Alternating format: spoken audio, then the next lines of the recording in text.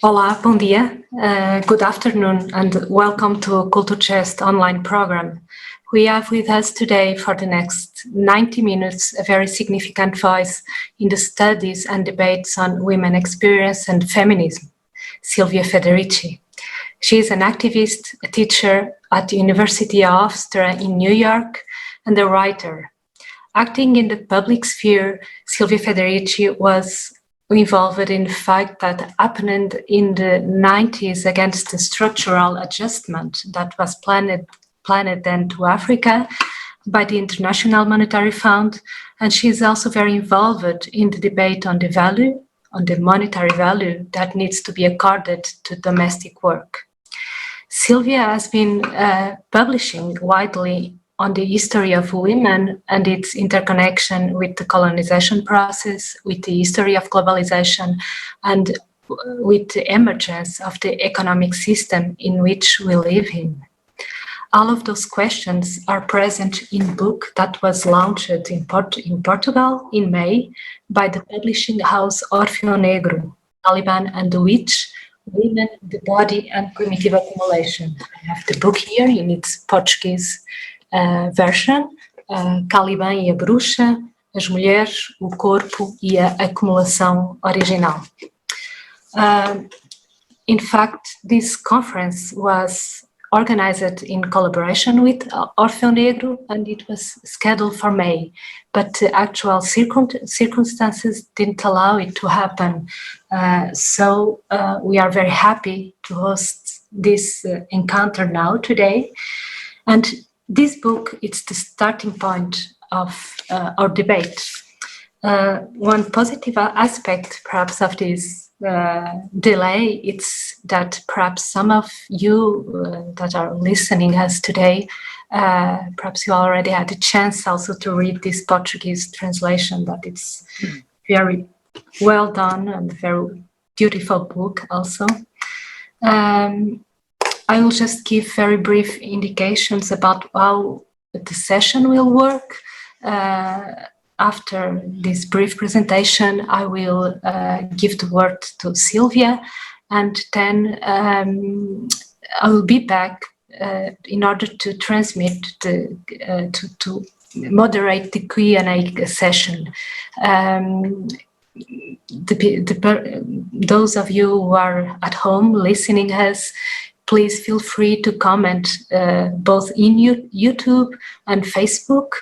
Please leave your comments in the comment boxes, and then I will transmit your questions and comments. We are very happy now to host this encounter, and I will give now the word to Silvia. Silvia, thank you very much for being here online, and for also the time that you'll spend now with us. I will give you now the stage, and I will be back after. Okay, thank you. Thank you, Ileana, and thank you to Culturgest for inviting me to this conversation, and also thank you to Orfeo Negro, to have published the book in such a beautiful edition. I know it really warmed my heart when I saw it.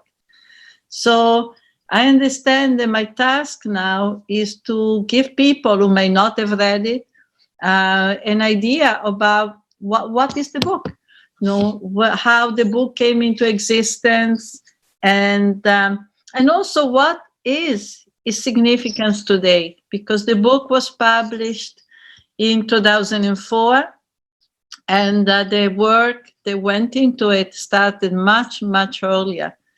And nevertheless, I would say that it is perhaps as important, at least in my view, today as it was when we started. The idea of the book and the book itself, really came from my activism in the feminist movement. In the 1970s, in the early 1970s, I was involved with a network of women, a network of groups that, we called ourselves the International Campaign for Wages for Housework. And, this was a strategy, a feminist strategy that we devised because we have come to an understanding that one of the key issues, one of the key problems, and one of the main, or perhaps the most important terrain of exploitation for women in capitalist society, is reproductive work, is the work that we normally describe as domestic labor, that we describe as housework. And this is work that traditionally has not been considered as real work, and has always been made very invisible, has always been very naturalized, as if it was something that came with being a woman, came with just having the capacity to have children and so on. So it has been seen almost, as an ahistorical kind of activity. And when we began in the feminist movement, we realized that this kind of attitude towards domestic work, was also very widespread among the left, among the so-called revolutionaries. And when we began to turn to the founding fathers of socialism, we opened up Marx's book, and we realized that, in fact, this work was completely absent. There was no analysis. If you look at the 3 volumes of Capital, you find that the discussion of housework is extremely limited, extremely limited. In fact, in volume 1, you have a reference to housework in footnotes, but the whole focus of the Marxist socialist left in the analysis of capitalism, in the analysis of workers' exploitation, has been the factory, has been industrial work and wage labor. And in fact, there's been almost a coincidence between the viewpoint of classical economics, of bourgeois economics, and of socialist thinking in taking wage work, as the real work, so that in fact this whole area, this immense universe of activities that the feminist movement and our network with it was discovering, the family, homework, sexuality, procreation. And we were discovering that these were not natural activity at all, but in fact, they were organized in such a way that they were controlled by the state and shaped to fit the needs, of the capitalist market, of the labor market. And so we began a whole discussion, we began a whole analysis, especially in our organization. We began a whole analysis that came to the conclusion that what we call housework, what we call domestic work, is not only a key terrain of exploitation of women in capitalism, despite the fact that it's been completely invisibilized, made invisible, and despite the fact that it is being unremunerated, but actually that this work is extremely important because we analyzed it and we came to the conclusion that domestic work, it's really part of what Marx calls the reproduction of labor power. In other words, that by cooking, cleaning, making love, doing emotional affective labor, what women actually do, is to reproduce day by day, generation by generation, is to reproduce people's capacity to work. That the people's capacity to work, the substance of exploitation, the capacity to work, labor power, which in the whole Marxist tradition is, the essence of accumulation, the accumulation of capital. that this is not something natural. Every day, if you go to work, is consumed, but it's constantly regenerated, it's constantly produced. And so that the house, the home, is a kind of factory. We came to an understanding that, the organization of work in capitalism is much more complex than, for example, was described by the left, because it includes not only the production of goods for the market, but it includes as well, another factory, which is in the community, the home, where the workers, they produce for the market, are themselves produced. In other words, the factory, it's a place of production, and all the relationships that surround and sustain domestic work, sexual relationship, are relations of production. And so we began to understand that all the issues about women's rights, the abortion, the decision, the struggle the women were making to limit the number of children, we began to rethink of all as part of what in traditional Marxism is called the class struggle, that women's rights were not something else, something different. The reproduction, the areas of reproduction was not something aside or, a pre-capitalist world of activities. Now, when we came to that conclusion, right, then the question was also that there was the realization that we did not have a history, of the development of capitalism that acknowledged this work. And so for me, for instance, it became very, very important. Also because, when we were beginning to go out, have public meeting, organize, discuss, even in the women's movement, this perspective, we encounter often as opposition. Many people who tell us, even women, who tell us, oh my God, no, the family is the only place where we are free. The family, very, very bourgeois view. The family is a place where you escape, is the, other place from work, right?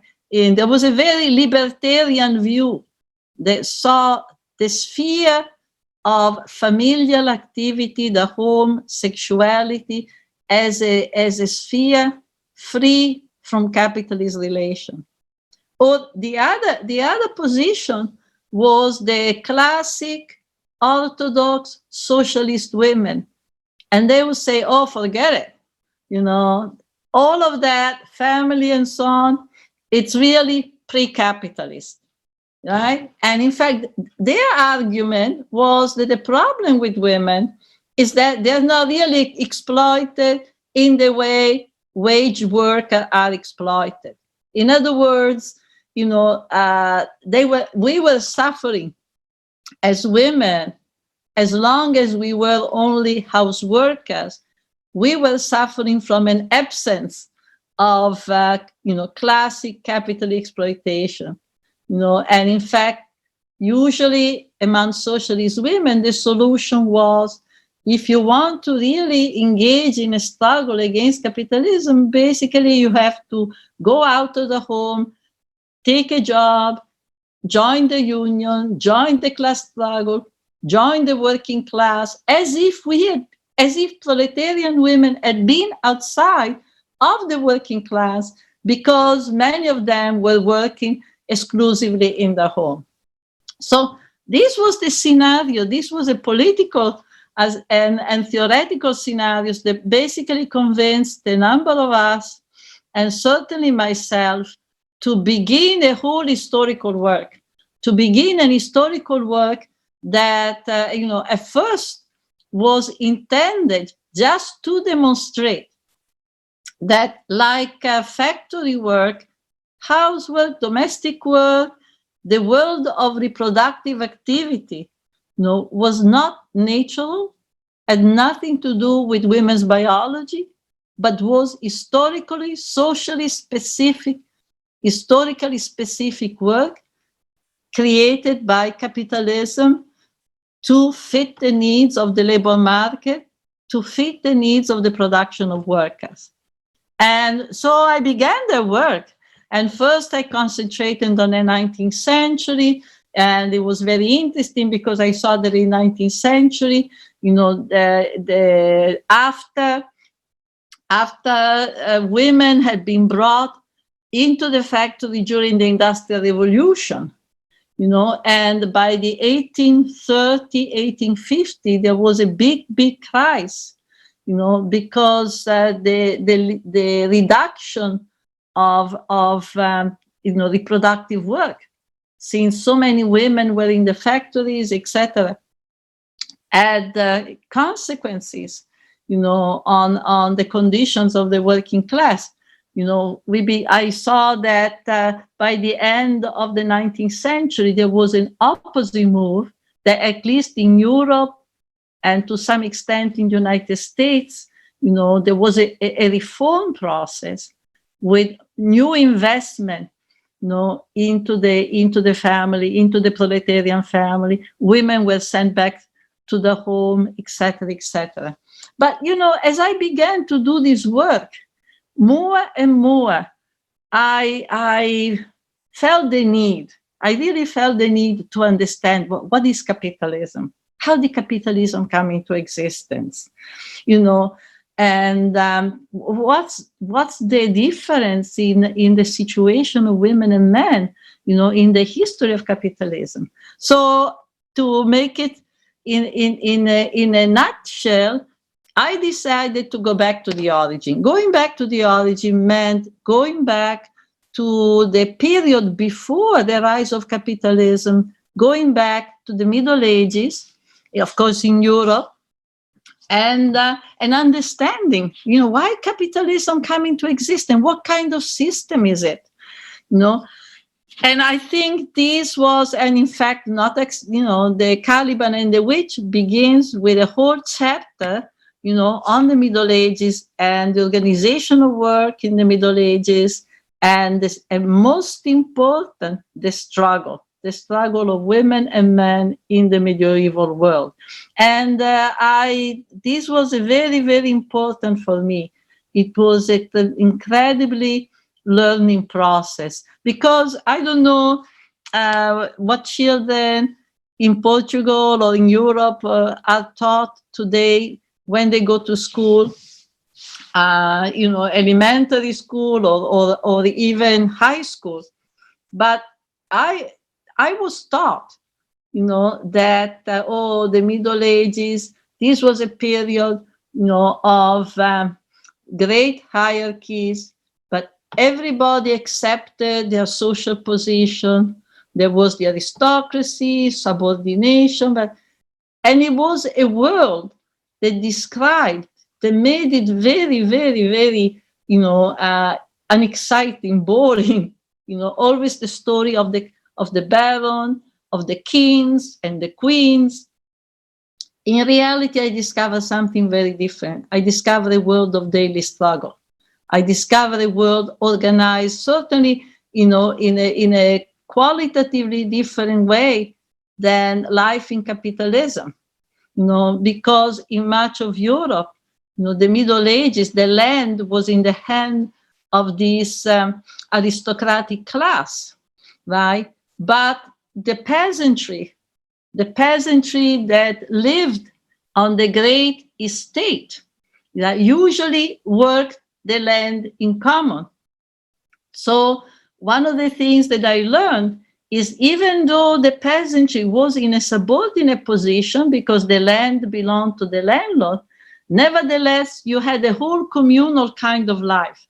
Most activity, whether it was sowing, harvesting, and in the case of women, mostly productive activities, were organized collectively. So two things.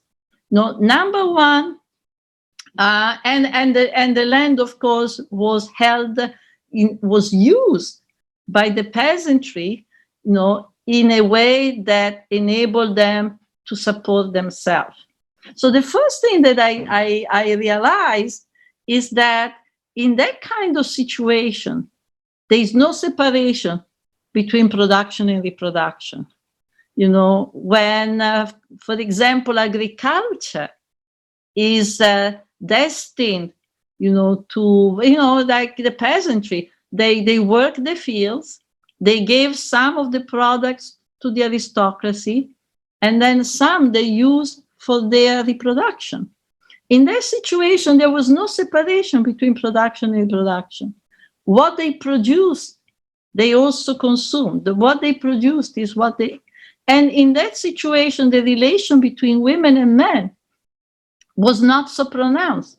The division of labor, the sexual division of labor, was much less pronounced than in capitalism. Much had to do was the differential based on physical strength, on the fact that men periodically were forced to participate in warfare, and women were not. But you didn't have the kind of dependence of women on men that you later find on in capitalism, number one. I also found that, for example, women were engaged in all kinds of artisanal work in the cities. And most important, most vital, that the medieval world, in particular the rural world, was a world of struggle, was a world of daily struggle, to basically limit where the peasantry or the artisan more and more struggled to limit, the amount of products, the amount of work that they will give to the landlords. And eventually, and here, of course, I'm, summing up very, but eventually these struggles become more and more massified to the point that by the 15th century, and even earlier, you have peasant wars. In Spain, for example, the War of the Remences, the famous war against los malos usos, which were the signs of servitude. And, it's lasted for many years and put an end to serfdom, right? In Germany and what we call Germany today actually was a much broader area. You also have peasant war. And by the mid of the 15th century, you have a generalized crisis of the feudal order, right? And I also describe in the book, the fact that hand in hand with the struggle by the artisan and rural proletariat against the merchants, against the landlord, you also have the rise of an important political cultural movement, which was the heretic movement, right? And that heresy, what is always described, as a religious movement, actually carried a very strong social political message. The heretic movement, the Waldensian, the Cathars, of the Middle Ages, these were movements that at the center, had the question of equality. These were movements that said, because the church was one of the great exploiters, the church was not, the church was a power completely complicitous, of course, as it has been historically, even afterwards, even today, with the great landlord. And so the heretic movement said, but Christ had no property. Christ had no property. And, and they were fighting with an idea of equality. So I developed, and this to conclude this part of my presentation, is I concluded that the rise of capitalism that begins, at the end of the 15th century, but more and more, extends through the 16th. The 16th century is the key century, is a counter-revolution. So this, in a way, was one of the first understanding that it was the rise of capitalism was determined not by evolutionary factors, as you have in the account of bourgeois historian, but was determined, by the need of the dominant classes to regain the control of our labor, to regain the control over the production of wealth. And they had to change, they had to organize a whole new system of work, a whole new system of exploitation. And this is why the beginning of capitalism and the 16th century and 17th are so violent, right? Because this was a war. The rise of capitalism was the result of a tremendous war, and a whole new system had to be put into place, right? That was not born, of course, all in one piece, but was constructed, but by the 17th century was beginning to take a clear shape.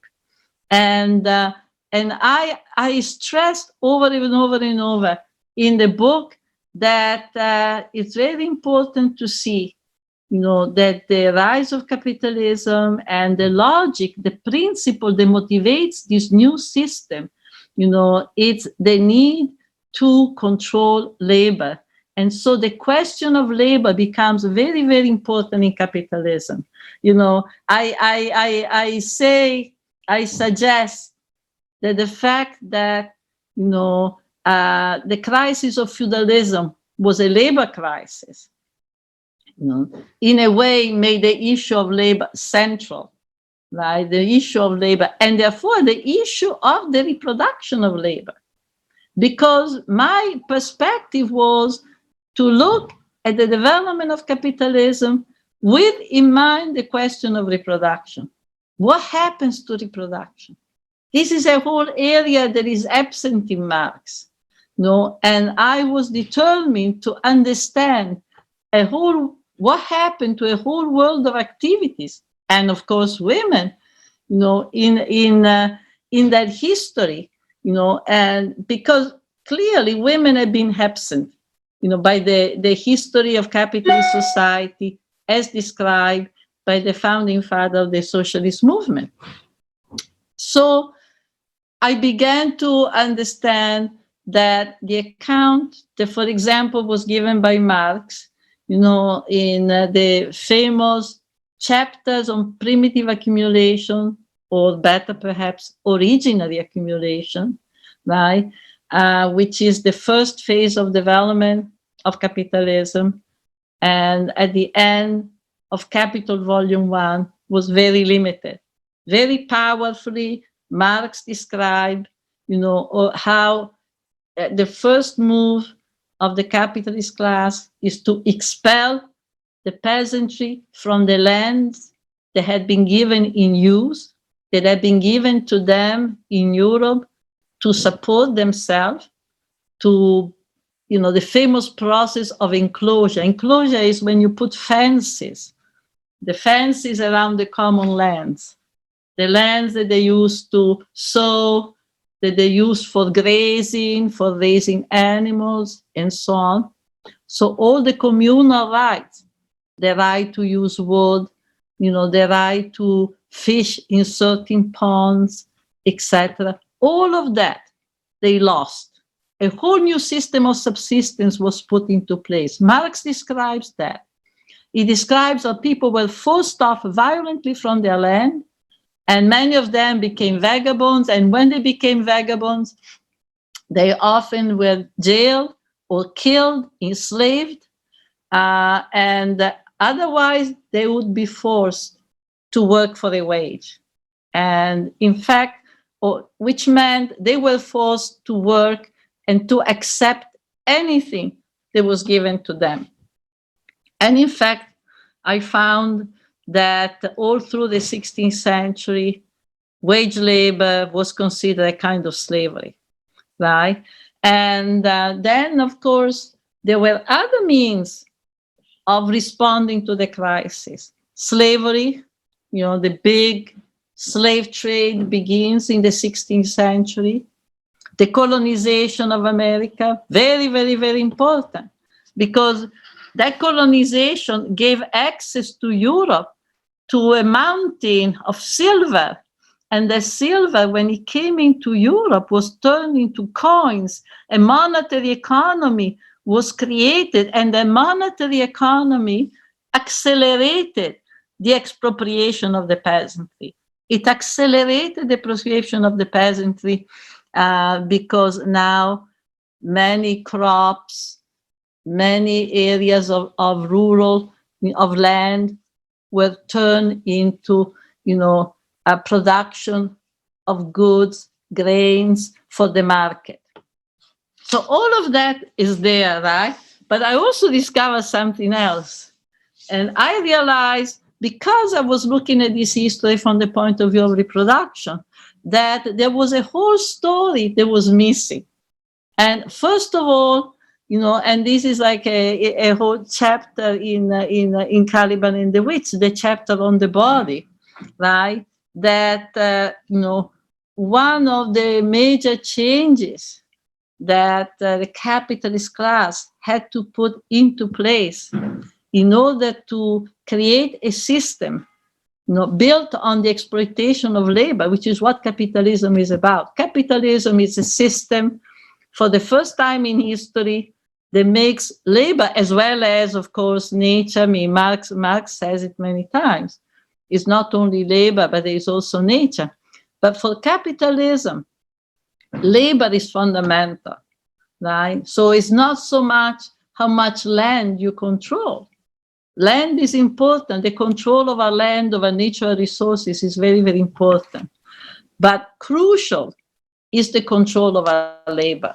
And in fact, I described in Caliban and the Witch the fact that with the rise of capitalism, there is a whole new concern for how many poor people, this is how workers used to be called, are available, in the country. That laws are put into place that are forcing people who are expropriated not to leave the areas, not to take the road, right? But to remain now as wage worker. And I also show that there is a new demographic concern, that the towns begin for the first time to register. They register how many people are born, how many people are dying, marriage, right? And I explain the rise of demography as a science with this concern. Yeah. And the most important discovery for me was the question of the witch hunts.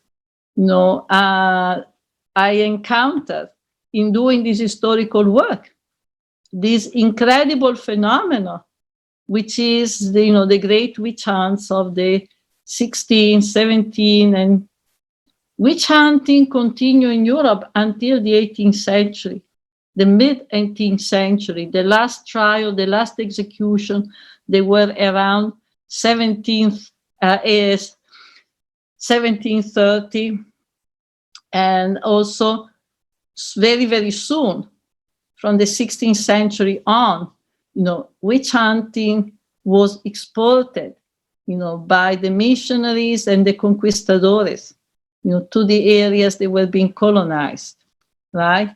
And here you have an amazing persecution that lasts almost 3 centuries, that is clearly organized from above, not from below, in each country where you had massive witch hunting. And these are usually countries that at the same time saw the development of a capitalist system. What you have is that the local municipality or the central government, as in France, in England, the developing new state, are putting out laws that declare that there is a new crime. The crime is witchcraft, and whoever knows about people guilty of this crime has an obligation to come out and denounce. And the crime of witchcraft is possibly the worst crime ever imagined by human beings on this planet, because the witch, which was generally described as a woman, 99% of the people who were persecuted in Europe as witches were women. There were men too, but the great majority was women. So the witch, is the personification of absolute evil, absolute evil, right? She is devoted basically to destruction of human life, especially children, animals, crops. She has the power to rise hurricanes, and she's a servant of the devil. In fact, the birth of the witch begins with the fact that she makes a pact with the devil, right? So, this is something, very extraordinary. For me, it was really extraordinary, first of all, because I knew about witches, but I never understood that these were really an historical phenomenon. The way witches were always talked about made it appear as if these were legendary figures, not historical women who had actually been accused of being servant of the devil. The word witch was very much part, I grew up in Italy, was very much part, strega, very much part of the daily vocabulary. They'll say, oh, that woman is a strega, or you look like a strega if you had your hair in a certain way, etc., etc. But I realized that these were thousands and thousands of women in the course of 3 centuries had been accused, arrested, tortured in the most abominable way. The history of the torture. When I began to read the material on the witch hunts, I spent nights and nights with palpitations. It was very, very difficult. Very often I would read books or I read articles, and I couldn't sit. I would read walking in the room, because I would be so upset that I couldn't sit. I was so and anguished. I was totally anguished, thinking of what these women must have suffered. Because I won't go into that. And then, of course, at the end, most of them would be, in the most merciful case, they would be hanged or beheaded, or they would be strangled before they were given to the flames. But many of them were burnt alive. Many of them were tied up, and they were put on bitumen, and this was given to flames, and they'll be burnt alive. So you can imagine the cost. And then the question is, why? What is this? It was very clear to me from the beginning. It was very clear that this phenomenon was not what some historian had said, a medieval phenomenon. It was not a product of medieval popish superstition, but this had to do with the changes that were taking place in Europe. They were leading to the construction of a capitalist society. So I began to develop a theory, which is the leading theory in Caliban and the witch, that in order that the witch hunt was very much like the expulsion of the peasantry from the land, from the communal land, like the colonization process of the so-called New World, and like the slave trade, that this was part of the process that led to the construction of a capitalist society. And of course, I had to understand why women, and what was the function. And basically, the conclusion that I argue in the book is that the witch hunt had not one but many functions, right? But two in particular. On one side, the witch hunt is very much connected with the creation of new social economic relations in the countryside, the privatization of land, the breakdown of communal relations, communal forms of organizing, for example, agriculture, right? It served to break down the resistance. It was one of the persecution that helped to break down the resistance of the peasantry.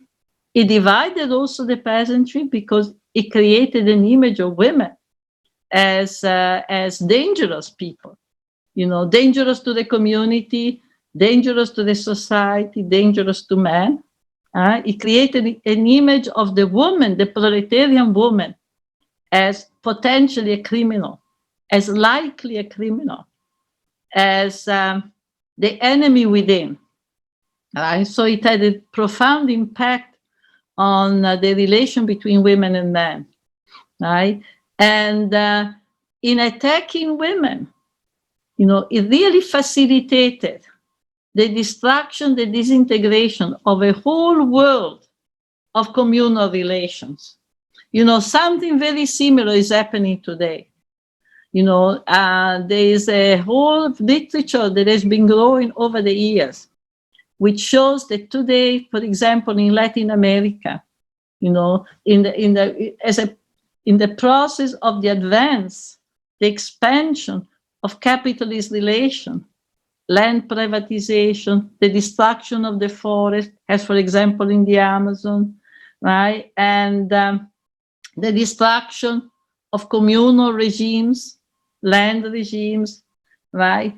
That attacking women, it's the most effective way of achieving these goals, because women are the ones who are keeping the community together. Since they are the subject of reproduction, they're the ones who are always putting up most resistance.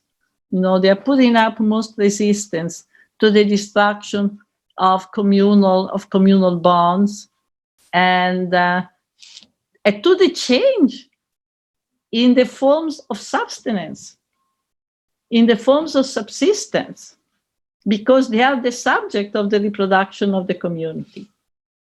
So this is one function.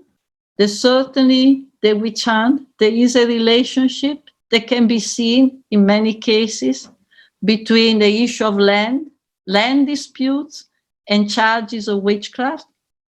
Also connected with this, the fact that often the witches, women accused of witchcraft, were women who were older and survived, obviously because they had been expropriated, because they had nothing to live upon. They survived with some begging, and when they were not given what they were asking, often they cursed.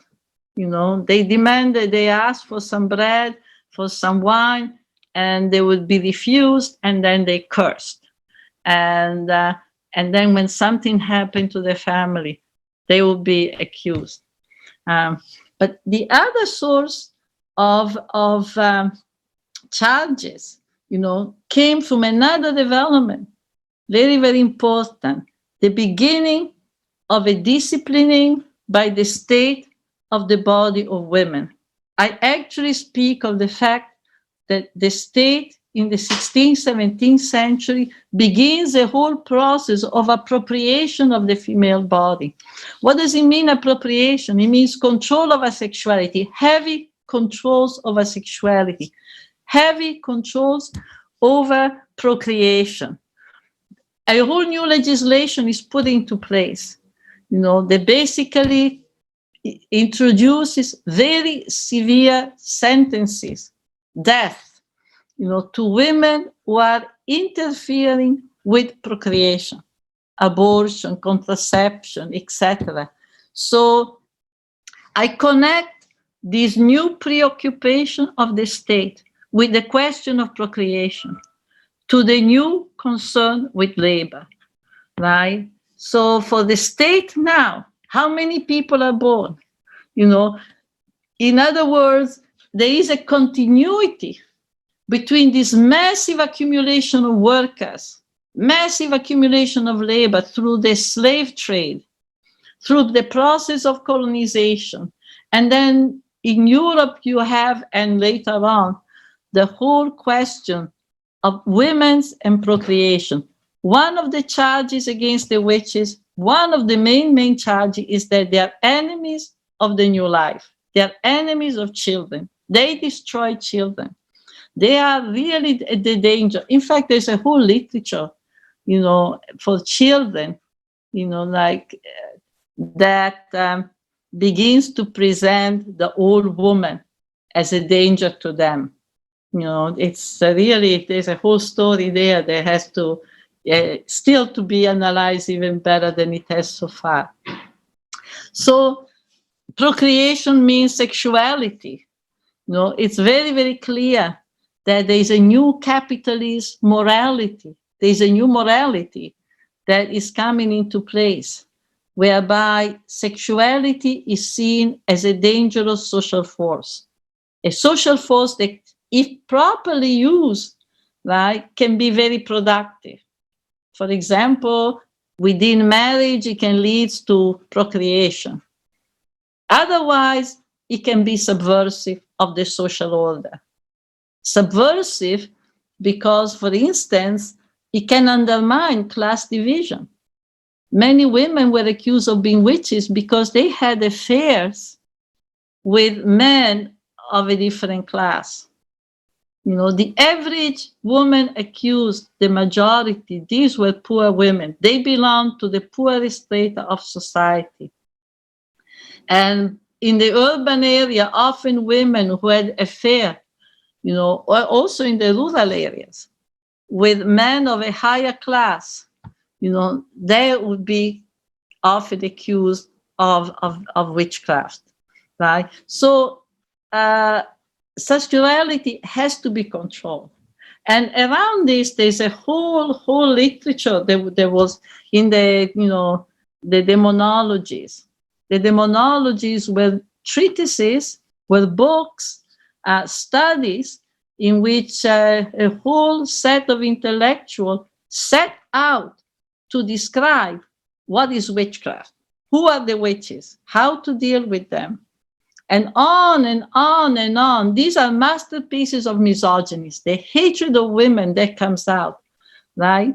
Women are described basically as not fully human beings.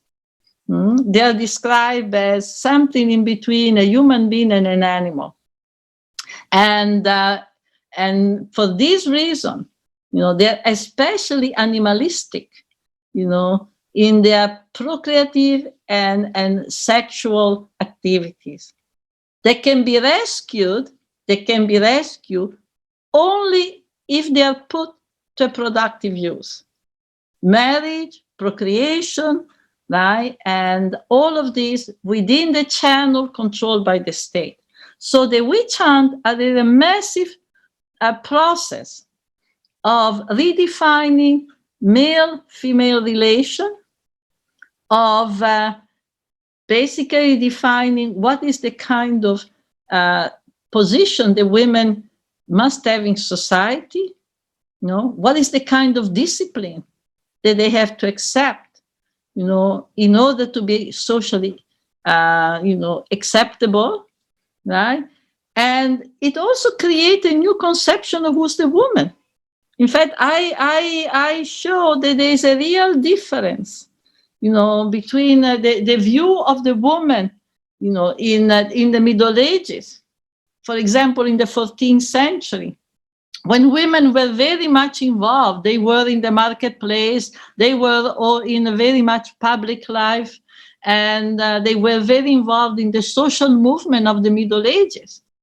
And what women become in the 17th, 18th century, you know, by the time of the French Revolution, women had no rights in Europe. They didn't even have a legal persona. By the time of the French Revolution, you have the system of the covered woman. Covered woman, it means she doesn't have a legal persona with respect to the state. If she has to have a legal, except in the witch hunts. The witch trials are the only places where the woman confronts the state directly. Otherwise, more and more is the man who represents them. If they have a complaint, it's the man who brings the complaint to the authorities. It's very, very interesting. There's a complete change. The woman is represented as a person without reason, who is seduced by the devil, becomes seduced by the devil because, she really does not have a moral faculty or intellectual faculty in the same ways as man. And therefore, there's a whole ideology justifying subordination, justifying the confinement of women to the home, justifying the devaluation of women's labor. So my argument through the book is that all this history that has been forgotten or excluded and misunderstood, by the left, by the Marxists, by Marx himself, is extremely important in order to understand, right? First of all, the history of reproduction, which continue into these days, because reproductive work in our society is completely devalued. No matter how many Mother's Day and the flowers and all of that, but actually it's completely devalued. We have seen with COVID, that the whole sphere of reproduction is continuously, underdeveloped. So in order to understand that, and to understand the impact that the witch hunt, in a more recent booklet that I've published on the question of witches and witch hunting, I speak of the change that takes place in the concept, the word gossip, between the 16th and the 18th century. The word gossip in the Middle Ages meant friend, female friend, right? And the gossip was also the comadre, the woman that was present when your child was baptized, right? But within the 2 centuries, these are the 2 centuries of the witch hunts, the concept of gossip begins to, gossip is idle talk, actually bad talk. It's talk that is destructive. And in this change, you read a whole devaluation of women's relation, of women's solidarity with each other, a devaluation of women's knowledges, right? So my time is coming to an end, I think. And I want to say that, all these process, the witch hunting was also brought to the so-called New World, especially Brazil, especially Colombia, the area of the Andes, in Latin America, witch hunting was also used more against men to break down the resistance to colonization. But more and more, with the passing of time, the majority were women. It was also used against slave revolts, and it had a profound ideological impact because, first of all, it enabled, the Spaniards first, the Portuguese, to present the colonization of America and everything that happens to in the process, to justify as a Christianizing, civilizing process. In other words, by presenting the indigenous population of Abiyala as, basically red devils, right, as demonic, their rituals, their culture, and so forth, and the slaves too, especially in their revolts. right? They were able to justify, this in the eyes that this was a civilizing process. And also to implant in the colonial world too, new relation between women and men, new relation, a new kind of patriarchy. There's a whole debate today in Latin America, whether there were patriarchal relations before colonization or not, but certainly a whole new set of patriarchal relations is set into place. And I think this history is extremely important. I think if we don't understand this history, we cannot understand much, of what is also happening in the present. And, I'm going to conclude here to say that, first of all, and to connect it with the present, and maybe I will develop more the significance of the witch hunt today, in the question period.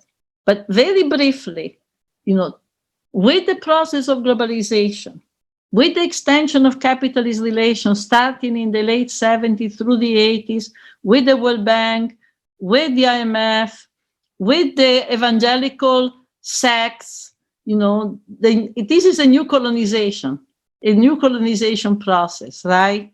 These are the new missionaries, the new conquistadores, right? They are now called, IMF. And with that, we have a return of witch hunting in Africa, in India, in Papua New Guinea. Thousands of women are still being accused, and many of them are still burnt alive, charged with being witches. And in a social context in which, it's possible to see that this new persecution goes hand in hand, with the new process of capitalist development, which is land privatization, massive displacement, massive impoverishment, the need to create, disaggregate, communities that are under attack, and so prevent them from really unifying and creating suspicion, in a moment in which, in fact, as if the danger came from within. The witch is the image of the danger in within. She appears a normal woman, and yet at night, she commits all her incredible crime. So there is a tremendous actuality.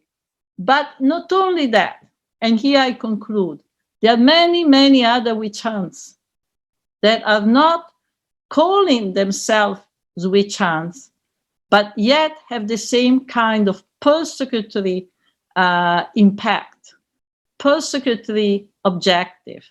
For example, most outstanding, the witch hunts against immigrants, that all through Europe, in the United States, are now being presented as being in the way the witches were presented historically, as being the cause of all the problems, in the world, economic problem, impoverishment, etc., etc.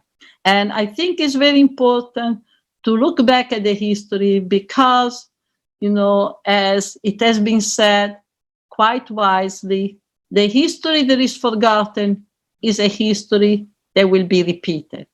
But thank you very much. So, Ileana, I'm open to the question. Yes, thank you very much, Silvia, for this travel through your book. I have myself several questions, but I don't want to monopolize. So I will just remember the audience that they can share their comments and questions in Facebook. I know that we had some problems with YouTube channel, so I'm sorry for it. But just to let everyone know that this session will be available after. So if someone was following it through YouTube and if they missed something, so you can then see it again. But I'll just say it briefly in Portuguese. Queria só pedir desculpas a quem esteve a ver a versão portuguesa do YouTube. Tivemos alguns problemas técnicos, mas nós vamos disponibilizar em breve a gravação. Vou mudar novamente para inglês. So, English again. I know that we are receiving already some questions, but I think I will ask you, when I was reading your book and now listening you again, I'm always thinking that lots of things that you talked about, that you write about, that happened in like 5 centuries ago, they are completely present now. Yes. While I was reading the book, I was feeling that we are completely inside this history. Yes. And in different dimensions. Something that I found also very interesting in your book was the use of images. You use a lot of images in order to print material that was produced at that time. Images that were created by artists also, and it shows that artists were also participating in this new ideology and new form also of epistemology, and it's very, very interesting, the narrative that happens also when we read the book through images. And I would just like to perhaps I will show here in the room last image that I found. I was quite not really astonished, but for me it opened, the end of the book opened a new field of debate that it's quite contemporary, that it's this image that it's from. It's beautiful. It moved me so much. Yes. I decided to put it there. It's from the pack of the tarots. It's from the tarot cards. And you know, it's in a way I see that image as myself. Yes. Because I'm sewing something, you know, so I'm sewing something. And this is me. I've done my work. And now I'm sewing. But also is the image of many of the women that I was talking about. This was the farming. The women were farming and they're sewing, you know, and there is knowledge and there is reproduction, is an image of reproduction, and is also an image of knowledge. Yes.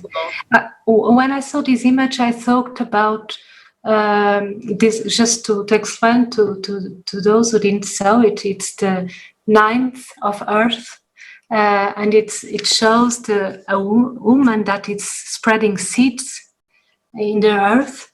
So something will grow from these seeds. Yes. But do you know the slogan? Do you know the slogan?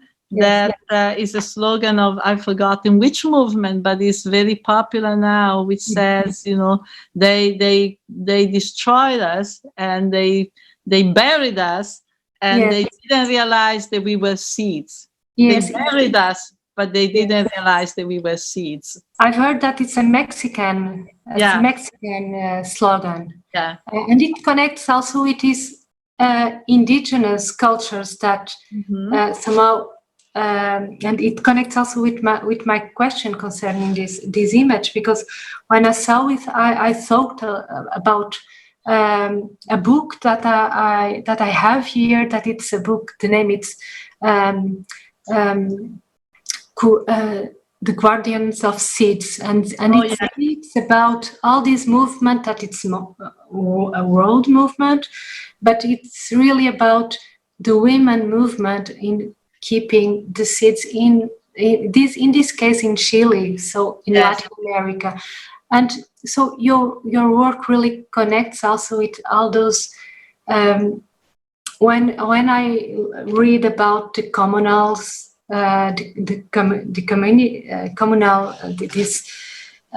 communal propriety and not private, not private, I see lots of resonances with these what's the so-called indigenous context. Actually, of course, yeah, because the indigenous world is the world that is preserved.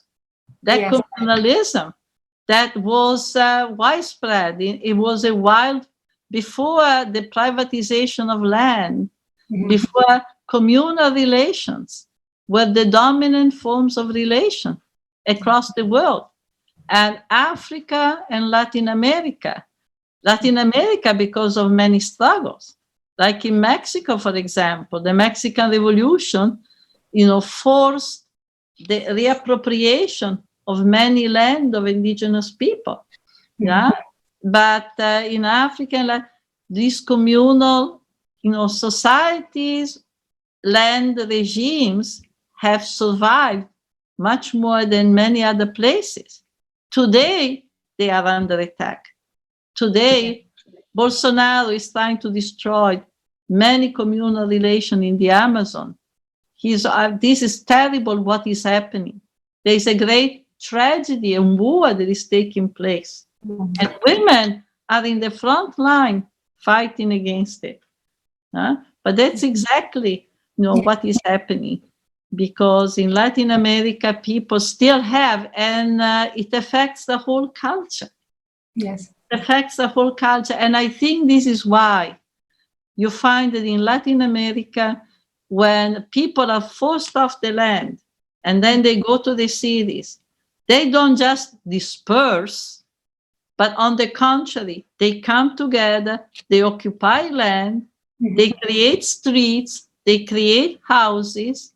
And so there is an ability to confront the crisis with collective work, with cooperation in the process of reproduction that has enabled, for example, the rise of these big encampments. In Argentina, they are called Villa Miseria, Miseria, but actually they're big communal places, in which there's an alternative. And of course, it's a micro war every day with the state, with the narco-trafficker. But they are an example of how people, even when they are expelled, even when they are lost everything, because of their capacity for collective work and cooperation, they are not defeated. Yes, so something is surviving. Yeah. And I have here some questions. Sure. The first one is from Laura Brito. She says, thank you very much for your talk. And she would like to know what is your opinion on obstetric violence as gender violence against women. Do you think that biomedicine is so reluctant to change their practice and going back to birth accompanied by midwives at home, or simply less intervention possible solely because of a health question, or it is a deep fear that they will lose the control of women and the reproduction of wage labor? Yeah, okay. Yeah, let's have a few more. Let's have at least three, and then I reply. So another is from Thais Oliveira. Who also thank you for your lecture and for all your work. And can you talk to us about the movements we should look at to find inspirations and ways to organize resistance to this system? Yeah, another one. Third one, Anna Alexandre. By which means do you think in Europe today is possible to tackle these new witch hunts? Thank you for sharing your thoughts. Another one. For the moment, I have these three ones. I need to share another. All right. So, yes, I think it's very important. I could talk a day literally about the question of obstetric violence, which takes so many forms. We are dealing here, in fact, the group of women I work with just completed a pamphlet on an issue that has been very prominent, not only, what we call the criminalization of pregnancy. The criminalization, most of the attention, when it comes to women's controlling, our bodies has to do with abortion. So the feminist movement has placed a lot of, focus on abortion. Absolutely necessary, absolutely indispensable. What often has not been seen at the same time is that many women are being also denied maternity. And in the United States, this is very clear because, for example, in the case of Black women, a whole set of policies are being put into place that if you are a woman who does not go to a private clinic, if you are a woman who relies, on public medicine and so on, becoming pregnant puts you in a situation where you can be easily criminalized. Mm-hmm. And the reason is they have introduced laws that many states have introduced laws that are protecting the fetus. They are called fetal protection laws. These laws turn the fetus into a person, into a legal person. And they turn the fetus into the enemy of the mother. Because at this point, when the fetus is a person, anything that a woman does, if she smokes, if she gets drunk, if she's in a car accident, for example, women have been arrested in the United States for being in a car accident when pregnant. It's turned into an assault on the fetus. So that this is presented as a defense of life. We say no, it's a way of denying maternity because becoming a mother becomes so dangerous, puts you in such a danger because all of a sudden so many things you're doing, even taking medicines that you need for your health. But if they have an impact on for example, also, God forbid that you have, that you fall, that you have an accident and you lose the child, it's becoming more and more difficult to prove that these are accidents, And we have the extreme case in the United States of a woman who tried to commit suicide and she was accused of murder because she was pregnant. So, all of this, right? And then also we know that in the 1980s and 1990s, across Africa, many parts of Asia, India, Indonesia, massive sterilization drives. Because after the anti-colonial struggle, capitalist demographers discovered that we have a population explosion. As long as people do not protest being treated like slaves, it's all okay. When they struggle, when they refuse, then women have to be sterilized. Then too many children in Africa are seen as a danger. So there is so to finish up this point, women in the United States now, Black women in the United States often go to the hospital with another woman. They don't go alone. They go with a woman called the doula. The doula is an advocate who makes sure that you can concentrate on your body, you can concentrate, right? And you're treated with respect. Because now women fear going to the hospital.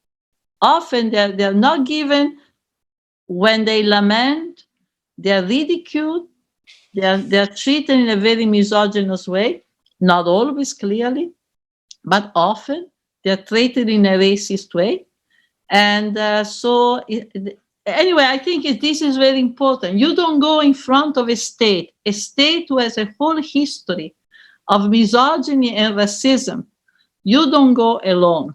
Mm-hmm. You recreate the kind of community of women, the ones accompanied every birth. And I think this is very important. And I think, sure, that, what's happening in Mexico now? That in Mexico, the government is preventing women from giving birth at home. And it wants them to give birth into the hospital. And you know what, I was in a meeting and a woman said, these were indigenous women, their practice when a child is born, they bury the placenta into the earth. Burying the placenta is a moment of time, showing the continuity, the bonding to the earth, that your life is connected with the life of the earth. And the government wants to break that. The government wants to break that. So the question, I think, is a very, very, very important. And the second question, I think, was the resistance to the witch hunts. You know, how, right? How formulate it again? The second was about movements that we should look at to find inspirations and ways to organize resistance. And the third was about how to tackle these new witch hunts in Europe. Okay. So basically, the movement of inspiration, when I was discussing before, right, about these indigenous movement people who, when they are defeated, they go, and women are very, very leading those kind of struggles of reconstructing community. For me, they've been very inspirational, because what I've seen there, and of course, you cannot transport experiences, you know, just like that from one place to the next. But what I've learned there is that it's a tremendous power. You know, if you are engaged in a struggle with capitalism, the state, and you want to change, I think that is very important that we don't only say no, we do not only oppose and protest, but construct something positive. So in that process, I think that politicizing the reproduction of everyday life, which means that, you know, engaging with other women of creating alternative forms that give more power to people in the community, creating more cooperation, breaking down the isolation. You know, this is the question of communalism, bringing communalism to restructure, you know, our everyday life, you know, which also means that you build new affective relations and you break down the kind of isolation, which is not only physical isolation, it's emotional. Yeah. If you are alone, you have no confidence in yourself. Your imagination dies. When you are with other women, your imagination begins to expand. The sense of possibility begins to expand. This is something I experienced so many times. You are at home and you cannot figure out, no. But you are with 10,000 women, you know, in a square, and all of a sudden, everything seems possible. This, to me, is what is so inspiring. And that's why, you know, the kind of struggle that are taking place and the kind of communalism that I sense, that I experience, you know, in the struggle of women in Latin America, it to me is the most inspirational at all. And then in Europe, I think in Europe, the question of migration, you know, the migrant today, they are the new witches. They're the new, of course, Black, and, you know, the issue of migration, to me, the struggle of a migration, in particular, of course, as feminists, right? The situation of women, of the migrant women, which also connects with the question of domestic work. Because today, in many countries of Europe, much of domestic work is done by migrant women. I know in Italy, the care for the elderly is all done by badanti. You know, it's women from Africa, from Latin America, the Philippines. Often they have left their children behind. So it seems to me, for example, that connecting, helping, becoming part of the struggle, supporting the struggle of domestic workers, and more broadly, right, combating the demonization of migrants, combating is absolutely absurd, painful, criminal, and defeating for all of us. That you have a whole generation of young Africans dying in the Mediterranean. I don't even know how people can swim in the Mediterranean anymore. When you know the Mediterranean now is a grave. The Mediterranean is a grave. This is a scandal. And this should be on the top of the agenda for everybody. And the issue of the migrant is an issue that affects women, reproduction, colonization, the whole issue of colonialism and coloniality, the coloniality of power, racism. Many of these people are people of color. And all around migration, a whole new ideology of racism and sexism has grown. You know, migrant women are the prostitute, and there's a whole devaluation. And I think it's a mistake. It's a profound mistake to think, not only to think that it's advantageous for anybody to accept this or do nothing, but even more, I think it's very, very unwise to think that once you have this kind of racism and sexism, it does not affect everybody. That somehow, just the immigrant. No. And I've seen how the war against immigrant people in Europe has also affected, the general culture, the kind of fascistization of culture which is now percolating throughout Europe. I think it's very much connected also about this. And it's a diversion. It's creating a false enemy. Because in reality, people migrate because of the policy of the European Union and the policy of the United States, who have destroyed their countries, who have taken away their wealth. The new colonization that has been put into place, with structural adjustment, globalization. This is robbery. This is robbery. And people migrate because they cannot survive in their country. Who's organizing the big war? Who is giving the armaments? So we have to look, these governments are super hypocritical.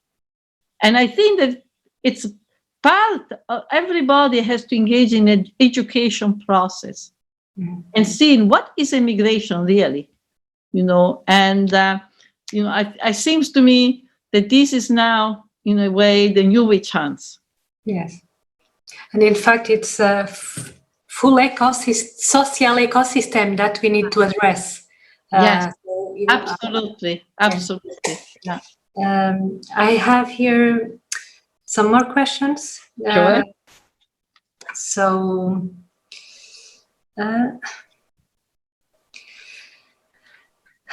One is from Margarida Queiroz that asks you to elaborate on how to relate Foucault's biopower theory with your view about the campaign against women's bodies. Another is from Flola that would like to ask you about what do you think about identity politics, really highlighted in the USA by left parties, in which the feminist movement could identify itself and the distance that could be taken with the struggle class against capitalism when all communities focus on its progresses. I don't understand the last part. Yes, in fact, it's a long question. I'll try. She asks about what do you think about identity politics? Yeah. And she takes as reference the way that identity politics is addressed in the United States. And then she speaks about in which the feminist movement could identify itself and the distance that could be taken with the struggle class against capitalism when all communities focus on its progresses. Okay, well, that's okay. But there are here, yes. So There's another one. And then Joe Health, who says, I believe we need to reclaim the concept of witch worldwide. as part of a struggle against capitalist societies to recognize and bridge the divide between nature and culture, but also to move beyond ongoing colonialism. What's your opinion on the power of which to assist this? And how could we reclaim it together and with efforts in this direction? Okay. Another one? Yeah, another one. It's from Tatiana Jardin, who says that in the book, one of your findings is the replacement of a magical worldview for a mechanical one. Right. As you argued, the world must have been disenchanted in order to be dominated. Yeah. Now we can see a new valorization of those magical knowledge so persecuted before, but now capitalized in forms of curses, meditations, tarot deck cards, etc., etc. How do you see that? Yes. Okay. Now, briefly, because I can imagine the time, but in the question of Foucault, yeah, I've been very critical of Foucault. You know, I've learned from Foucault the same way I've learned from Marx, but I'm critical of it. There's no women in Foucault. There's no reproduction in Foucault. And you know, I always connect, you know, the capitalist, you know, attack on the body, the disciplines that capitalism devises and applies on the body of women, the body of Black people and Black women and men, the bodies of, you know, wage work as well, as in connection, you know, with the capitalist organization of work, in connection also with the need, the central need for capitalism to construct hierarchy, to construct divisions of labor, to construct differential regimes. So I'm always very concerned, and this begins to answer also to the question of identities. I'm very always concerned to show that all of this has a material basis, right? That, and in Foucault, you know, I've been critical for this metaphysical conception of power. You know, and when he speaks about the rise of biopower, now we have this shift from, you know, a kind of power that is built on violence and so on, to the kind of power that instead, you know, seems to promote life. You know, I remain very cold because it does not provide, it does not place it in the context of the transformation that were taking place in capitalist, in the form of capitalist accumulation and in the discipline of labor. And this, to me, it's really the criticism that I make to Foucault.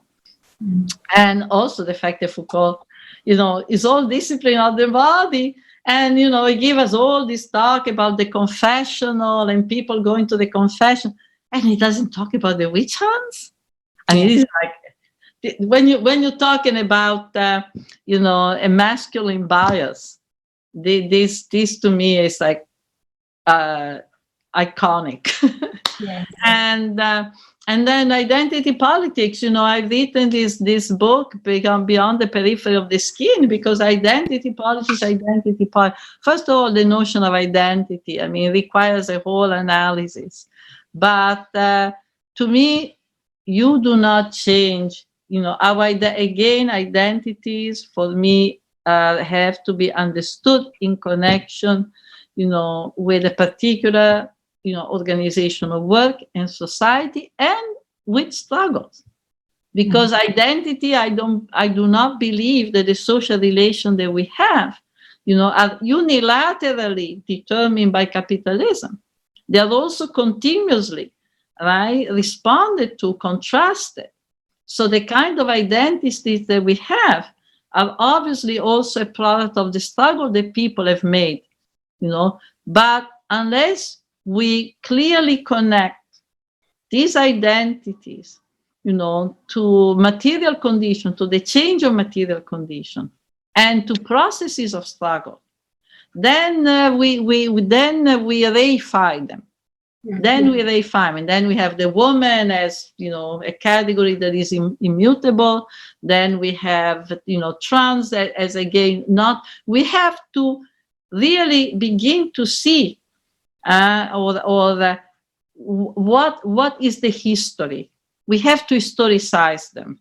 You know? And I think it's very, very important because when I say women, to me, women is an historical product. Right? I don't speak of women as a biological or a fixed category. In fact, the identity of woman has been a continuously changing one. What woman meant to my mother and what it means to me, or to many women today in the world, it's very, very different. There are continuities, but it's also incredible differences. So first of all, identities are not fixed.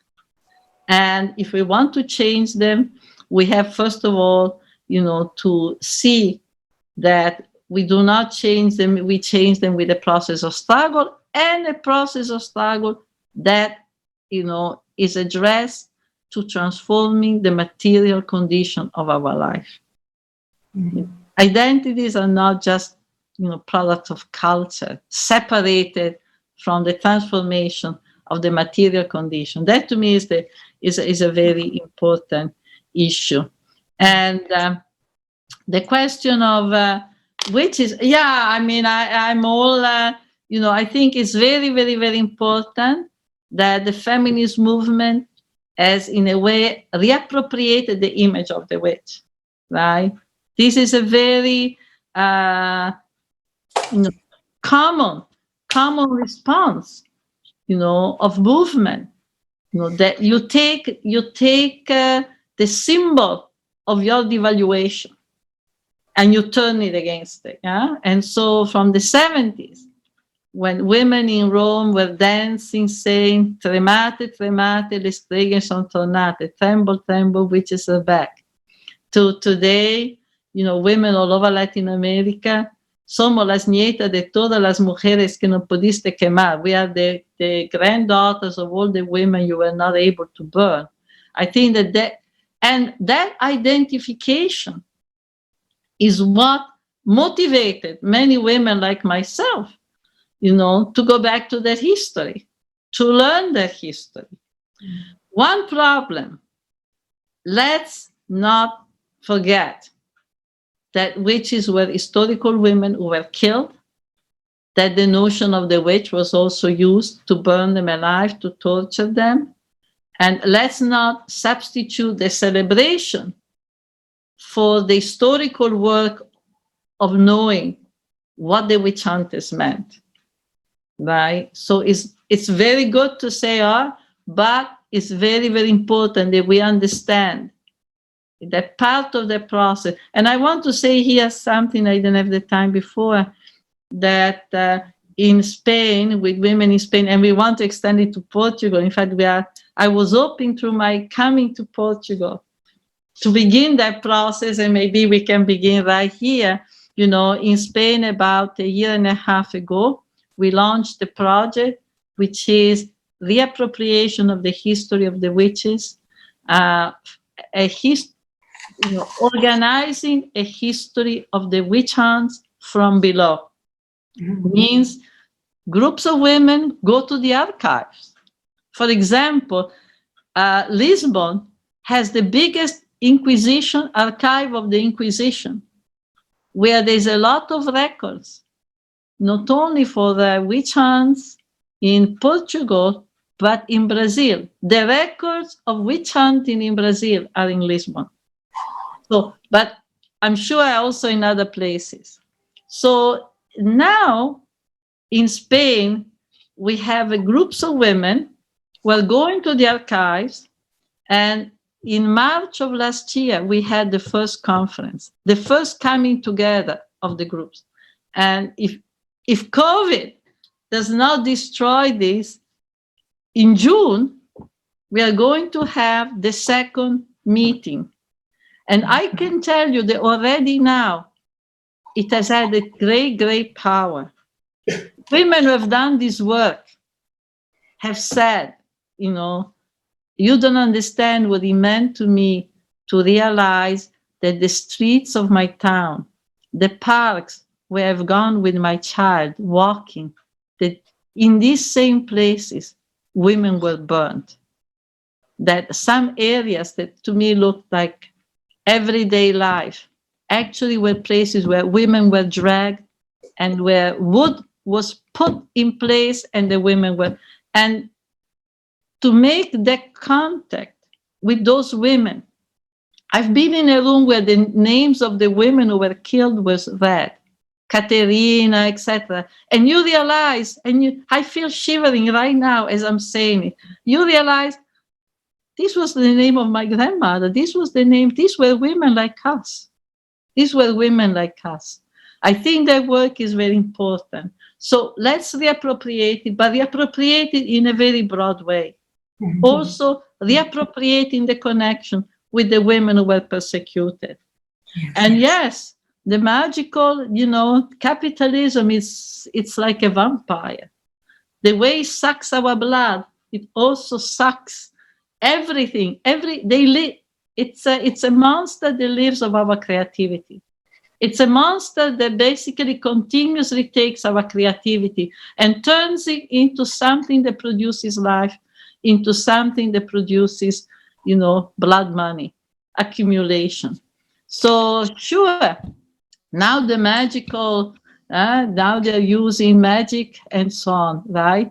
But I think that, we should not be stopped by the fact, because they will use everything.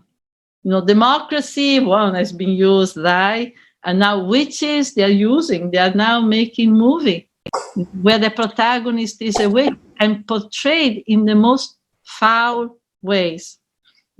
So I think that we have to be very careful and not give the possibility, right? But of course, this is a question of power relation.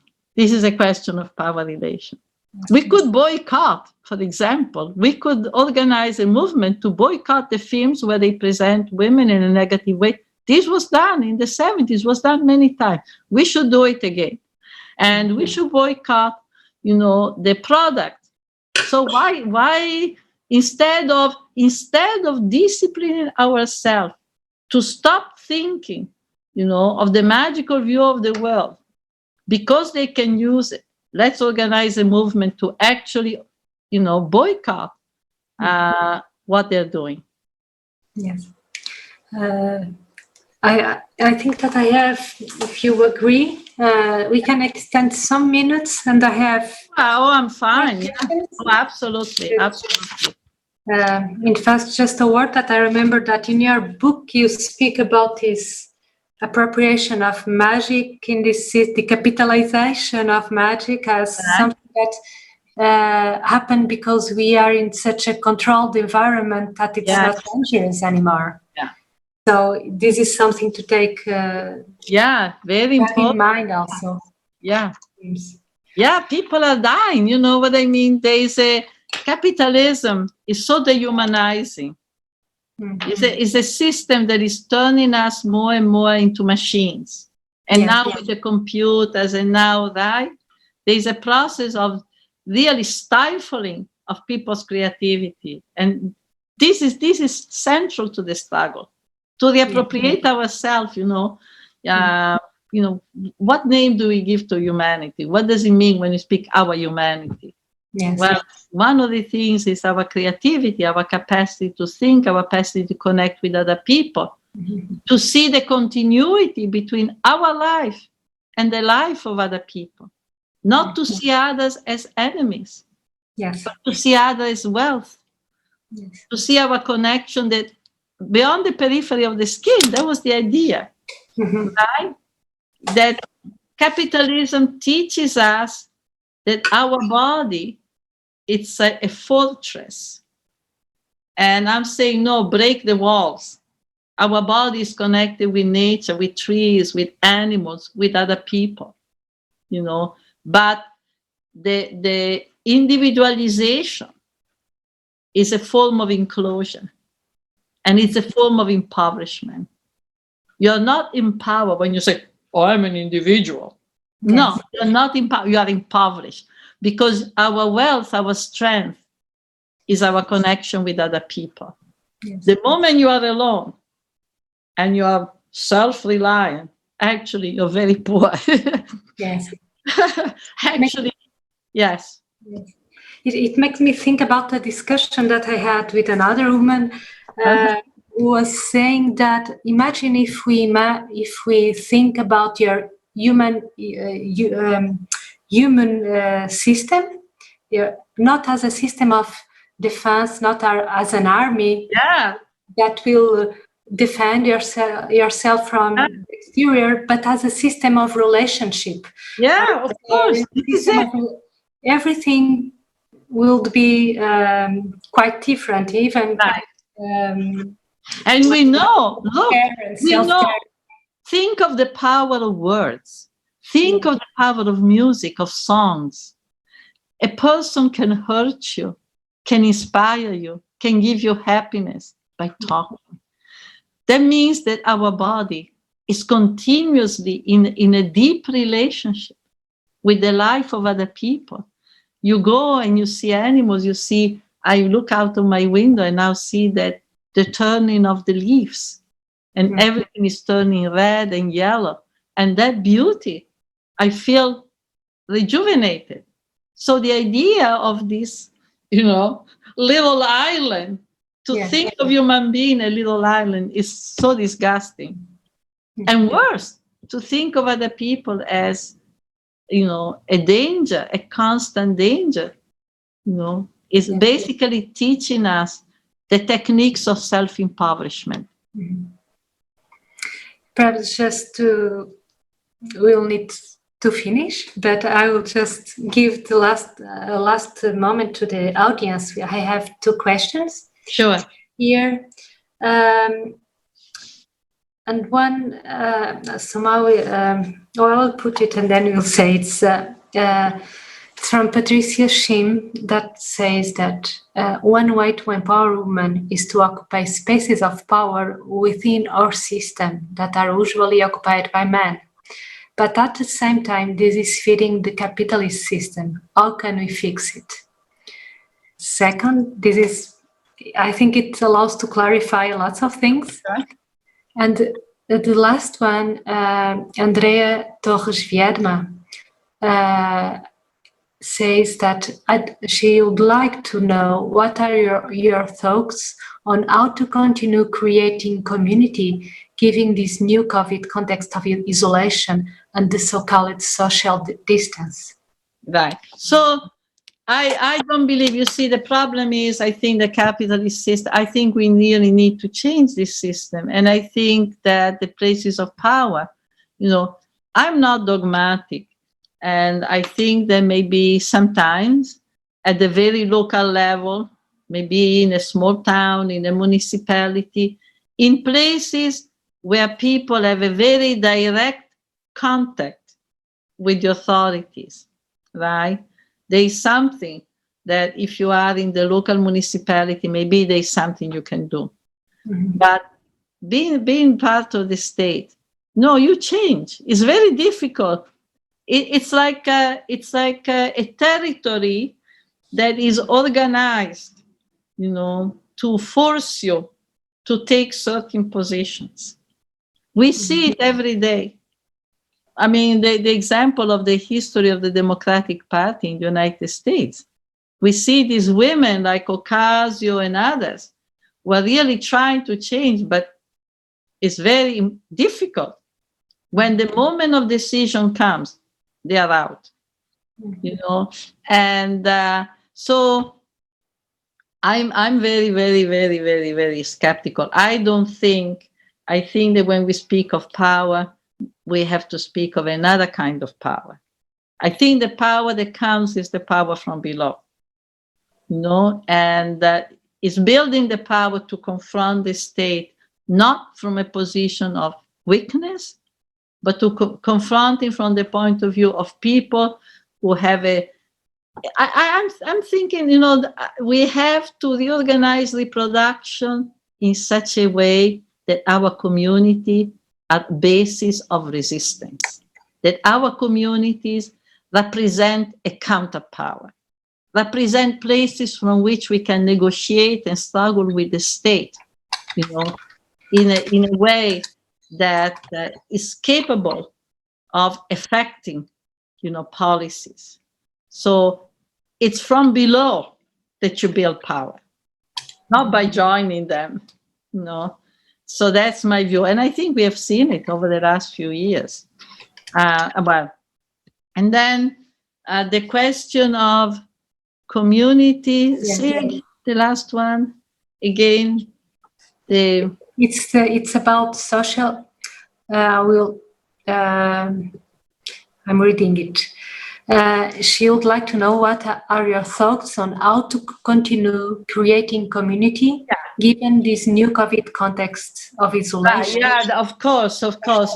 But to tell you the truth, I've seen, like, I kept seeing women in my group who live in the area, and we are very responsible towards each other. We care for each other. We are responsible for our body. And I think you can continue to see some people, at least I know this is more difficult, but we have to be careful that the COVID does not become an instrument to isolate us, right? And so we need to be, of course, super responsible towards each other. And I would say that we have seen in the United States after the killing, first of all, for months and months and months, then the killing of George Floyd. And after the killing, George Floyd, Breonna Taylor, Blake, so many people have been killed. And people have been out in the street day after day for weeks. And, but again, the demonstration, keeping distances, going to demonstration with masks. There are ways you can do it, not like the way Trump does it, that you have people like touching each other without mask and everything. So you're right, it's far more difficult, but it's not impossible.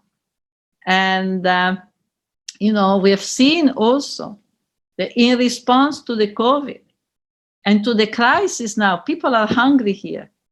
People are thrown into the street, because they cannot pay their rent. They're saying that there's going to be millions that will be evicted in the coming months. So there's been a lot of mutual aid. People going around collecting food, distributing food. We need to keep doing that, and I think there has to be investment in figuring out how do we act responsible in a way that keeps us safe. There are many also ways of dying, and we cannot allow this COVID, because they are using us to divide us. They are using us to push us back into the home. And women are also dying now of anxiety because they are at home, having a job with the Zoom, taking care of the children while home from school, etc., etc. Many people are already going crazy, because of this isolation and the violence to which women and children are exposed when you have a violent, partner or husband. So I think I would encourage the woman who raised the question, right, that it's a struggle, but one that we can make. And if I may add, it's also a question of words. It's really not social distance, but physical distance. Physical distance cannot, it's not the same, and we need to. Yeah, very good. Social. Very, very good point. Very good point. Okay. So I think that we are arriving to the end. I think it was very, very rich and very stimulating. Thank you very much. I think this is really an ongoing question and debate, and I really hope that we would have the occasion to. And I hope that I'll be able to come to Lisbona when some of these threat dissipates. Yes. And thank you so much, and thank you to Orfeo and to Culturgest for organizing this. And thank you, Iliana. And thank you very much. Yes, thank you very much also. So, and thank you to everyone who was with us, yes, listening us, and hope to see you very, very soon. Thank you.